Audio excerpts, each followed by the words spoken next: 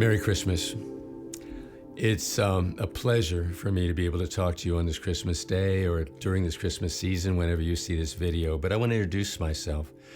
My name is Msgr. Don Fischer. I'm a Catholic priest from the Diocese of Dallas, Texas. And I have been a priest for, I'm going 53 years. And I've also been blessed with being able to be on a radio station here in Dallas for the last 33 years, preaching every Sunday morning. But today, I because of the way things are today, I have this opportunity to make a video to hopefully reach each of you in your homes, which means I want to reach you in your heart on this Christmas day.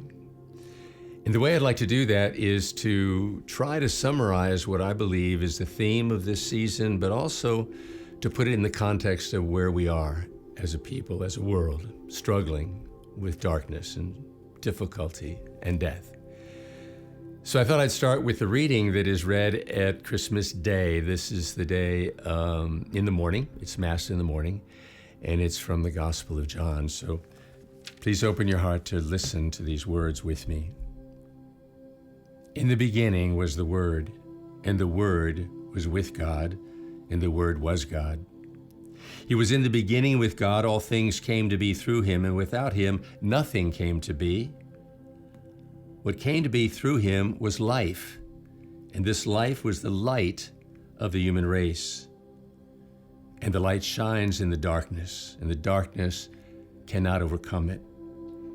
A man named John was sent from God. He came to testimony, to testify to the light, so that all might believe through him. He was not the light, but he only came to testify to the light. The true light, which enlightens everyone, was coming into the world. He was in the world, and the world came to be through him, but the world did not know him. He came to what was his own, but his own people did not accept him.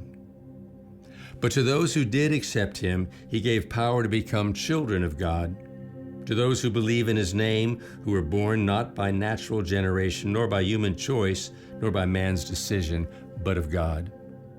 And the Word became flesh and made his dwelling among us.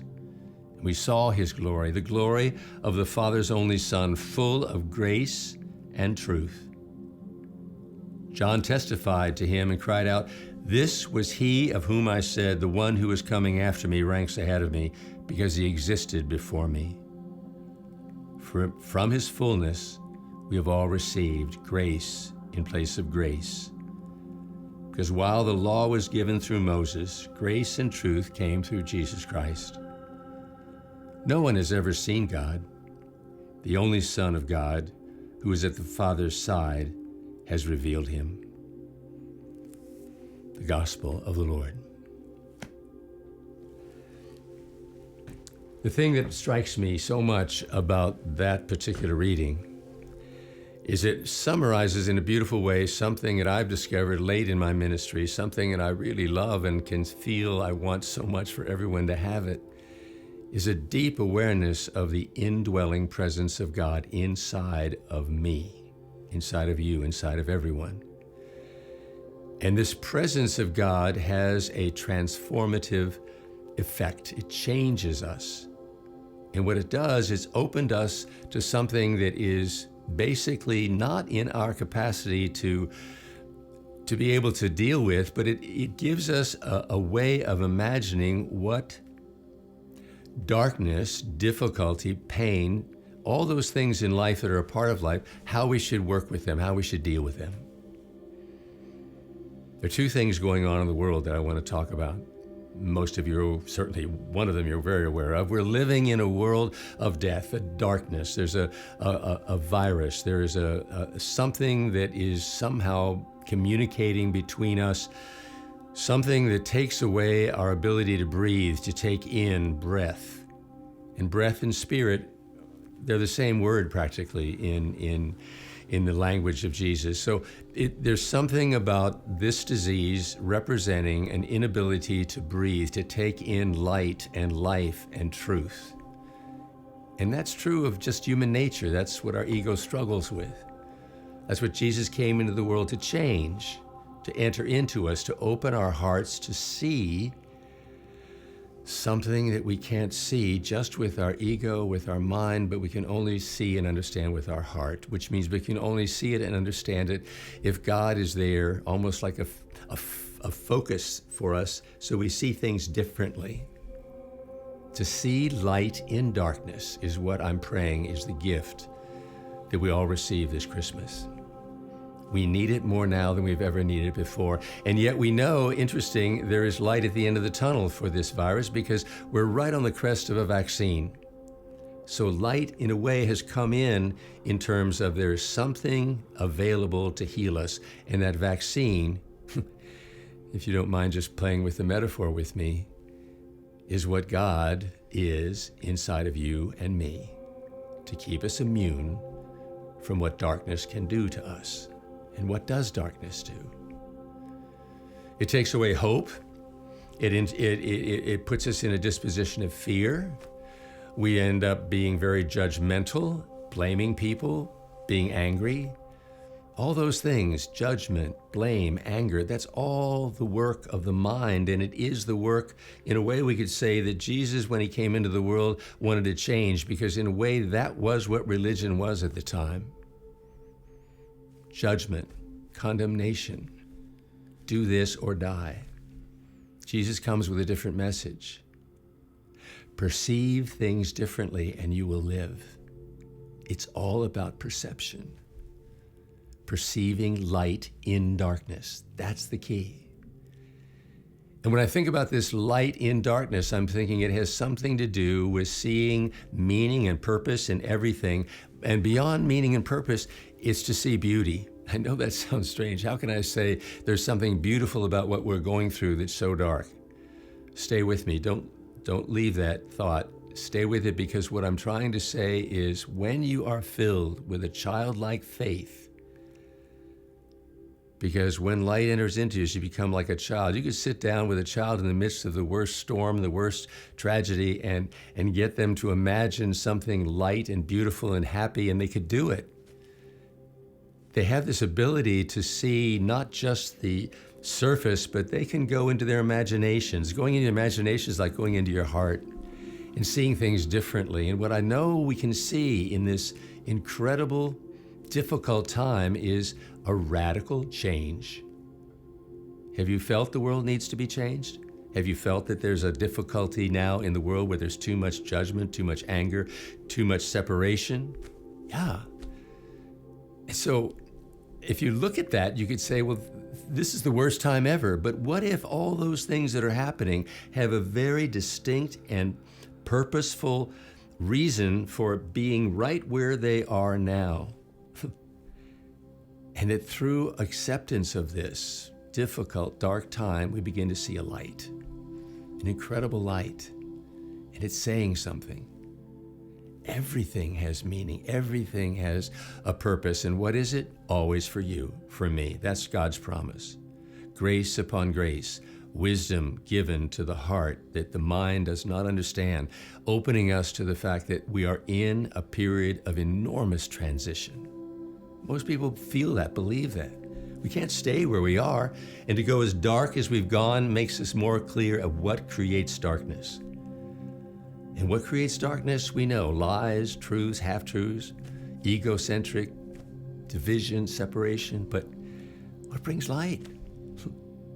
It's this seed that God plants inside of you, this capacity you and I have to see in the darkness an incredible, beautiful, glorious light. And what is it saying? It's saying one simple thing.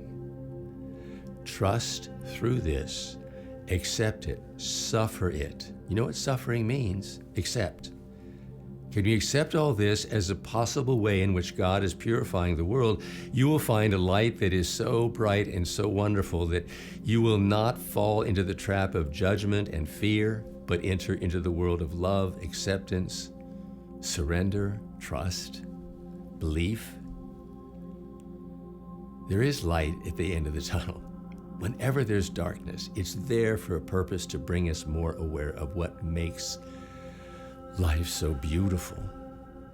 And when you know how the heart responds to beauty, you'll understand what I'm saying, because this light could open your eyes to saying we've gone through one of the most difficult trials of our modern times, and it's going to become so fruitful and so powerful a change for the good. And when you see that beautiful plan of God, when the heart sees beauty, three things happen. There's a pleasure, there's a feeling that all is well, that this is good, this is good, I can accept this. I can see beauty, and I can see a plan that's going to bring so much goodness to people. The other is you want to participate in what is beautiful. It means you don't want to fight against it, you want to be one with it. You want to be engaged in the work of dealing with darkness with an accepting heart. And the last, you want to protect it. How do you protect the process of darkness creating light other than to say yes to the darkness for a while, knowing it's a step toward the light? We're invited to participate in what's happening in the world. We're invited to see it as beautiful and as valuable, and we're invited to somehow recognize how much we want to not get in the way of making this experience something that we talk about only in terms of negativity. How awful, how terrible, how painful, how unfair. No.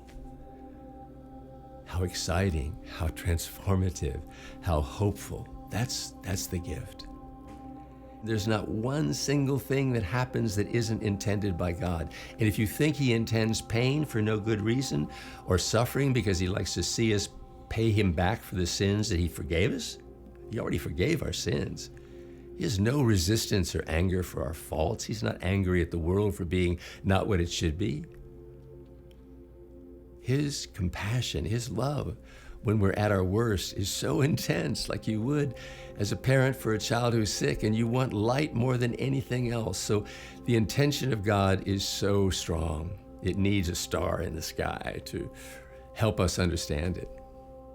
I pray this message is filled with light and life and joy, because that's what this time of year is supposed to be. Yet we're in the darkest period. So God, I know, will be the one He's promised to be, the one He is, and He will bring light to every heart that is open to it. God bless you on this Christmas day. I want this new year to be filled with hope and transformation, a vaccine that wipes out this disease eventually, and we will be a new people.